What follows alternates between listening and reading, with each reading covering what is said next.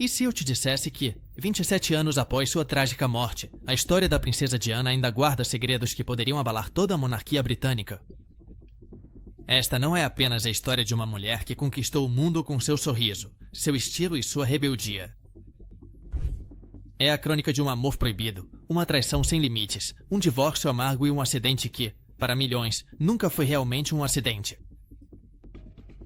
Diana não foi apenas uma figura pública. Ela foi um símbolo de luta contra uma estrutura implacável que parecia destinada a destruí-la. A origem do romance entre Diana e o príncipe Charles. Em uma tarde de outono na Althorp House, a residência ancestral dos Spencer, aconteceu um encontro que marcaria a história da monarquia britânica. O príncipe Charles, herdeiro do trono, chegou para um dia de caça a convite de sua então namorada, Lady Sarah Spencer. Em meio à névoa que cobria os vastos terrenos da propriedade, uma jovem Diana Frances Spencer, de apenas 16 anos, observava à distância, encantada com a presença do príncipe. Lady Sarah, com sua franqueza característica, apresentou sua irmã mais nova ao príncipe. Diana, com sua timidez natural, mal conseguiu articular um cumprimento. No entanto, Charles percebeu nela uma espontaneidade e sinceridade que achou encantadoras. Apesar da diferença de idade, ele com 29 anos e ela ainda na adolescência, houve uma faísca de interesse mútuo. Curiosamente, anos depois, Sarah comentaria à imprensa que nunca se casaria com Charles, nem que ele fosse o lixeiro nem o rei da Inglaterra, ressaltando a falta de seriedade em seu relacionamento com o príncipe. À medida que o relacionamento entre Charles e Sarah se desvazia, o príncipe começou a prestar mais atenção em Diana. Seus caminhos se cruzavam ocasionalmente em eventos sociais e familiares. Mas foi no verão de 1980 que a conexão entre eles se aprofundou. Diana foi convidada para velejar no iate real Britannia, uma embarcação majestosa que simbolizava o poder e a tradição da família real. Durante essa viagem, longe dos olhares indiscretos da imprensa, Charles e Diana compartilharam momentos de genuína camaradagem. Diana, com seu riso contagiante e sua natureza empática, oferecia ao príncipe um alívio das formalidades que o cercavam constantemente. Posteriormente, Diana foi convidada para Balmoral, o refúgio escocês da família real. Esse gesto não era insignificante. Ser convidado para Balmoral significava uma aceitação tácita no círculo íntimo da realeza. Diana se mostrou encantadora e simples, conquistando o favor da rainha e do duque de Edimburgo. Ela participou de atividades ao ar livre, demonstrou interesse pelas tradições escocesas e, acima de tudo, mostrou uma adaptabilidade que impressionou a todos. Durante sua estadia em Balmoral, Diana se juntou à família real em uma pescaria. Embora nunca tivesse pescado antes, conseguiu pegar um salmão considerável, o que provocou a admiração e as risadas de todos. Um amor desigual e acelerado. O relacionamento entre o príncipe Charles e Diana Spencer avançou em um ritmo vertiginoso, impulsionado por uma combinação de expectativas reais e a intensa atenção da mídia. Carlos, sob constante pressão para encontrar uma esposa adequada, viu em Diana uma candidata ideal, jovem, de linhagem nobre e com uma imagem pública impecável. No entanto, a diferença de idade de 13 anos entre eles não passou despercebida e trouxe desafios intrínsecos desde o início. Diana, recém-saída da adolescência, de repente se viu no epicentro da vida real britânica. Sua natureza ingênua e a falta de experiência em assuntos do coração a tornaram especialmente vulnerável às complexidades de um relacionamento com o herdeiro ao trono. Carlos, por outro lado, embora encantado com a juventude de Diana, mantinha uma visão mais pragmática e era influenciado pelas expectativas de sua família e do país. O namoro foi breve, mas intenso. Carlos a convidava regularmente para eventos oficiais e reuniões familiares, apresentando-a como sua companheira à sociedade e à imprensa. Diana, com seu charme natural, rapidamente conquistou o carinho do público e da família real. No entanto, por trás dos sorrisos e das aparições públicas, começaram a surgir sinais de descompasso. Diana sentia que Carlos, embora atencioso em público, mantinha uma certa distância emocional em particular. Durante o namoro, Carlos deu a Diana uma pulseira com as iniciais FG, que representavam Fred e Gladys, os apelidos carinhosos que ele e Camilla Parker Bowles usavam entre si. Esse presente despertou inseguranças em Diana sobre a natureza da relação de Carlos com Camilla. O casamento real e o início da desilusão. No dia 29 de julho de 1981, a capital britânica se transformou no epicentro de um acontecimento histórico que prometia encarnar a perfeição do amor real. O casamento entre o príncipe Charles e Lady Diana Spencer foi anunciado como o conto de fadas do século, uma união digna da realeza que deslumbrou o mundo inteiro. As ruas de Londres ficaram repletas de bandeiras, flores e aplausos. Mais de 600 mil cidadãos se alinharam nas avenidas, enquanto outros 750 milhões de pessoas assistiam de seus televisores, ansiosos pelo sim, eu aceito, que marcaria o início de uma nova era na monarquia. Diana, com apenas 20 anos, desceu da carruagem dourada vestindo um vestido monumental com mais de 10 mil pérolas bordadas, uma cauda de 7 metros e uma tiara de família. À primeira vista, tudo parecia mágico, quase real. Mas por trás dos muros da Catedral de São Paulo e ainda mais além, nos corredores do Palácio de Buckingham, começavam a se perceber fissuras invisíveis. Diana, nervosa e trêmula, cometeu pequenos erros durante a cerimônia, trocou os nomes do marido e a tradicional promessa de obediência ao esposo foi deliberadamente omitida dos votos. Uma decisão que simbolicamente marcaria sua luta interna para manter sua identidade. Infidelidades, dor e rebelião. A união entre o príncipe Charles e a princesa Diana, que um dia foi vista como um conto de fadas moderno, começou a desmoronar sob o peso das expectativas reais e das tensões pessoais.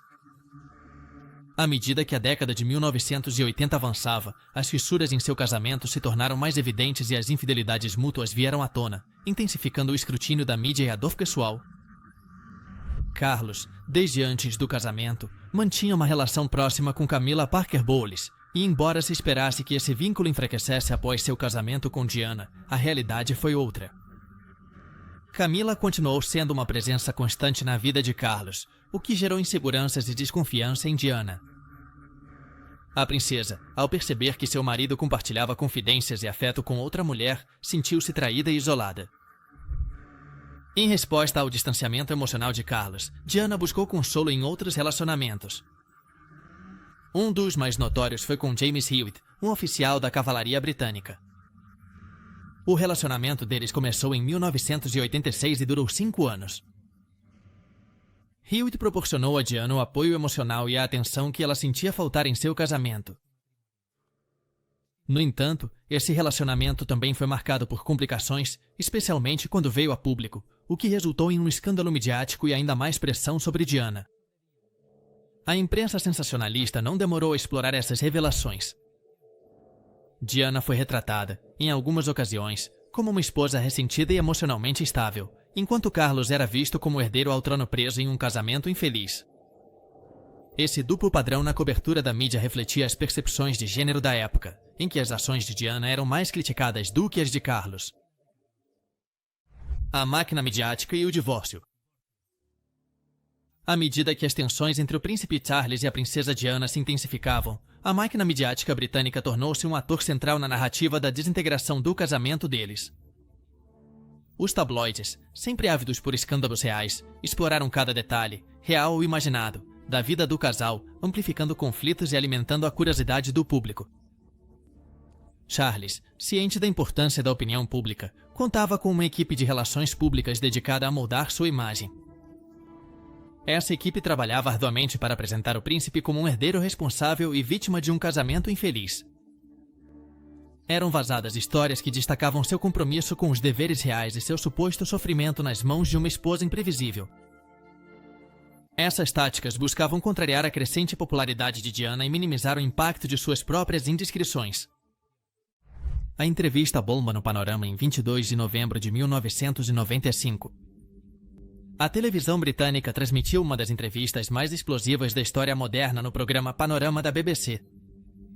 A princesa Diana, sentada em frente ao jornalista Martin Bashir, quebrou seu silêncio com uma franqueza que abalou os alicerces da monarquia.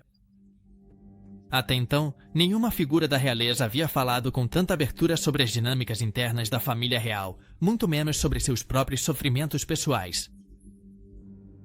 Mas Diana não era uma princesa qualquer. Ela era uma figura pública determinada a contar sua verdade. Desde os primeiros minutos, a entrevista prendeu a atenção do público. Diana não apenas reconheceu que seu casamento estava irremediavelmente destruído, como também confirmou sem rodeios a infidelidade do príncipe Charles com Camilla Parker Bowles. Sua famosa frase "éramos 3 neste casamento", então ficou um pouco lotado. Ficou gravada na memória coletiva. Mas além do escândalo, o que mais comoveu foi a vulnerabilidade que Diana demonstrou ao falar sobre seus problemas de saúde mental, incluindo sua luta contra a bulimia, a profunda solidão que vivia no palácio e o assédio constante da mídia. A entrevista foi assistida por mais de 23 milhões de pessoas só no Reino Unido, tornando-se um dos eventos televisivos mais impactantes da década. Pela primeira vez, uma figura da realeza britânica falava não como um símbolo, mas como um ser humano. Diana também admitiu ter tido um relacionamento com James Hewitt, o que gerou ainda mais controvérsia, mas ela fez isso com a intenção de retomar o controle de sua história e de sua imagem pública, que havia sido manipulada por anos. No ano de 2020, uma investigação oficial conduzida pelo ex-juiz da Suprema Corte, Lord Disson, revelou que Martin Bashir usou métodos enganosos para convencer Diana a conceder a entrevista, incluindo documentos falsos que insinuavam que pessoas próximas a ela estavam a traindo. Apesar disso, a entrevista continua sendo considerada um momento de empoderamento para a princesa. A entrevista também foi um ponto de virada na relação entre Diana e a monarquia. A rainha Elizabeth II, apenas algumas semanas depois, pediu formalmente que Diana e Charles finalizassem o divórcio. A conversa televisionada havia exposto uma verdade incômoda. O conto de fadas havia se transformado em uma tragédia pública. A princesa, com uma mistura de fragilidade e força, havia transformado sua imagem na de uma mulher resiliente, uma voz corajosa que não temia enfrentar uma das instituições mais antigas do mundo: o novo amor. Enquanto o mundo inteiro ainda discutia os detalhes da entrevista do Panorama, Diana Spencer já havia começado a escrever uma nova história em segredo. Uma história que nada tinha a ver com as câmeras, as aparições públicas ou as manchetes dos tabloides. Em 1995, no Hospital Royal Brompton, em Londres, ela conheceu o Dr. Asna Khan, um renomado cirurgião cardíaco de origem paquistanesa. Esse relacionamento, completamente distante do mundo do espetáculo e da aristocracia, ofereceu a Diana algo que ela não experimentava há muito tempo em tranquilidade. Khan era exatamente o oposto de tudo o que Diana havia conhecido até então em reservado, focada em sua carreira, alérgico à fama e com uma ética profissional inflexível. Para ele, o dever com seus pacientes estava acima de qualquer vaidade ou ambição pública. Talvez por isso Diana ficou fascinada.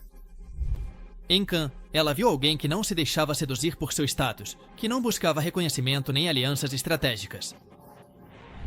Era um amor silencioso, quase clandestino, que floresceu entre visitas ao hospital, passeios discretos e conversas profundas.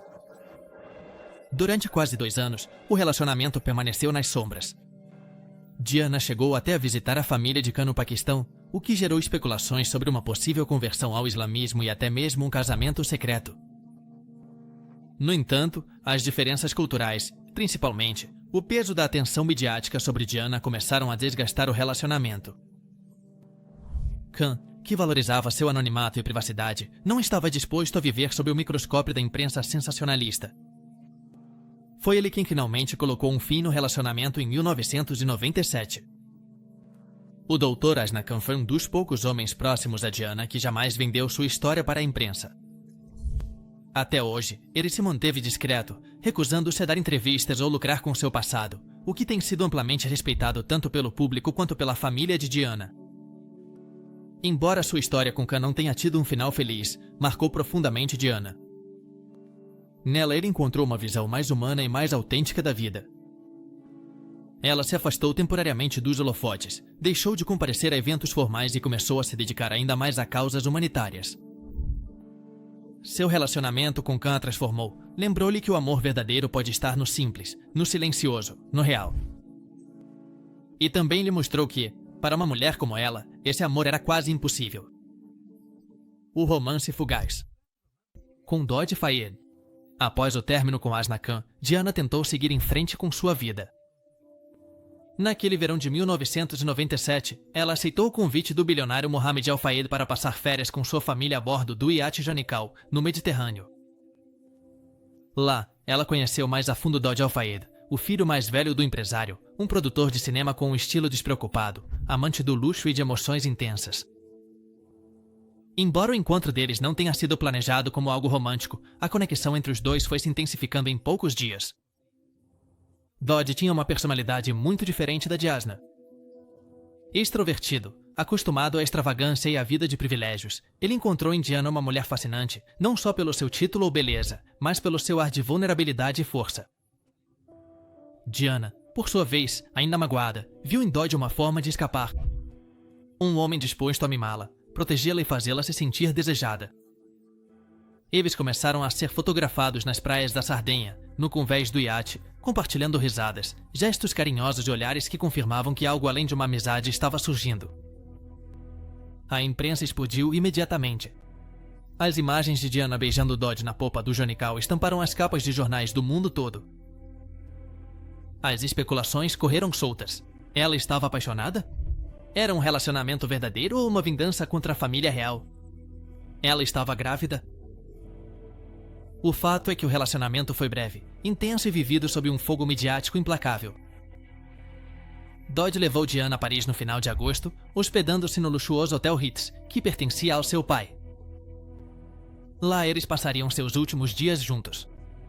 Apesar da imagem romântica projetada pela mídia, pessoas próximas a Diana garantiam que ela ainda pensava em Asna Khan. Inclusive, segundo relatos posteriores, ela ligou para Khan de Paris para dizer que ainda o amava. Isso alimenta a teoria de que seu relacionamento com Dodge, embora autêntico em certos aspectos, também foi uma tentativa desesperada de se reconstruir emocionalmente ou até mesmo de provocar ciúmes. Na joalheria Repousse, na Place Vendôme, Dodge supostamente encomendou um anel de noivado para Diana. Tratava-se do modelo de Smoy-Owi. Embora não existam provas conclusivas de que ele tenha entregado o anel, Mohamed Al-Fayed afirmou que seu filho planejava pedi-la em casamento naquela mesma noite. A história entre Diana e Dodge nunca teve a chance de florescer completamente. Foi um relacionamento nascido sob o brilho do verão, acelerado pelas câmeras e talvez também pelo desejo de escapar do passado.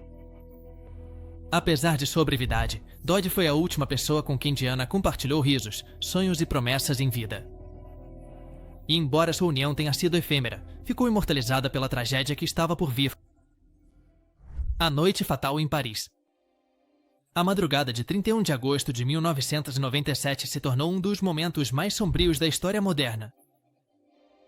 Diana, princesa de Gales, e Dodge Al-Fayed deixaram o Hotel Ritz em Paris após uma noite de jantares privados e perseguição constante dos paparazzi. Para evitar a imprensa que os aguardava na entrada principal, usaram a saída dos fundos. Eles estavam acompanhados por Trevor Hayes Jones, o segurança, e Henry Paul, subdiretor de segurança do hotel, que seria o motorista do Mercedes-Benz S280. Eram exatamente 12h23 da madrugada quando o carro partiu em direção ao apartamento de Dodge, perto do Arco do Triunfo. Mas apenas alguns minutos depois, ao entrar no túnel da ponte de El Alma, o veículo colidiu violentamente contra o 13º pilar de concreto. A velocidade estimada do impacto ultrapassava 160 km por hora. O motorista, Henry Paul, e Dodge morreram na hora. Diana, ainda com vida, foi levada para o hospital Pitié-Salpêtrière. Apesar dos esforços médicos, ela foi declarada morta às 4 da manhã devido a uma hemorragia interna massiva. A notícia paralisou o mundo. Multidões começaram a se reunir em frente ao Palácio de Kensington, deixando flores, velas e cartas. O choque não vinha apenas do acidente, mas também das perguntas que surgiram imediatamente. Por que Henry Paul estava dirigindo embriagado? Por que eles não estavam usando os cintos de segurança? Por que foi permitido que um homem com um nível tão alto de álcool no sangue assumisse o volante?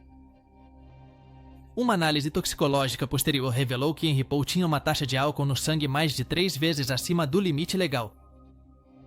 No entanto, algumas testemunhas afirmam que ele não apresentava sinais de embriaguez ao sair do hotel, o que alimentou teorias de encobrimento e conspiração desde então.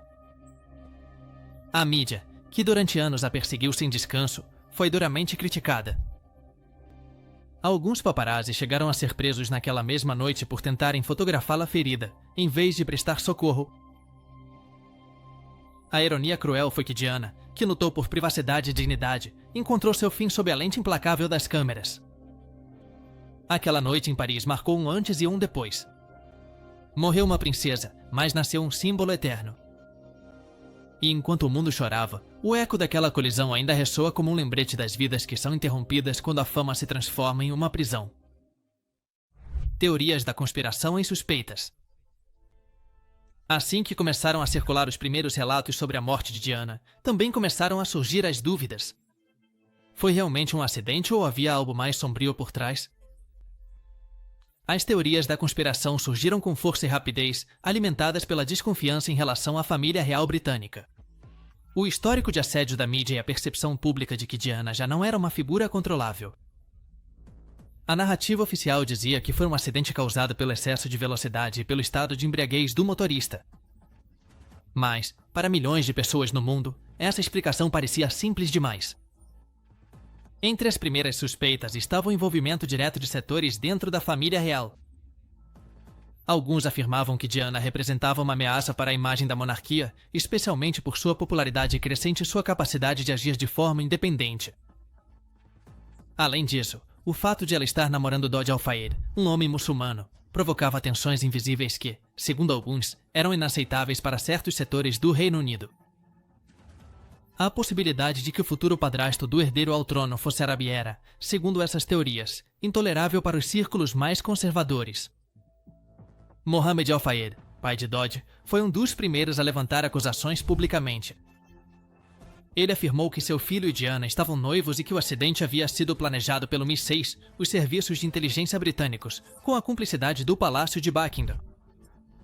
Sua teoria afirmava que o carro foi sabotado e que os freios haviam sido manipulados, embora ele nunca tenha conseguido apresentar provas conclusivas. Sua insistência foi tão grande que uma investigação oficial foi ordenada anos depois. Exumação e busca pela verdade. Durante anos, o túmulo de Diana na ilha oval do Lago Ornamental de Altorco, cercado por árvores e protegido de olhares curiosos, foi símbolo de paz e luto. Mas com o passar do tempo e diante da persistência das teorias da conspiração, surgiram vozes pedindo uma investigação mais aprofundada. Assim nasceu a mais polêmica de todas as decisões, a possibilidade de exumar o corpo de Diana. Uma ideia que para muitos era impensável, até mesmo sacrílega, mas que para outros representava a única forma de descobrir se realmente havia algo oculto por trás de sua morte. A proposta não veio da mídia, nem mesmo dos investigadores, mas de fontes próximas ao círculo de Al-Fayed, que insistiam que o cadáver de Diana poderia conter provas fundamentais.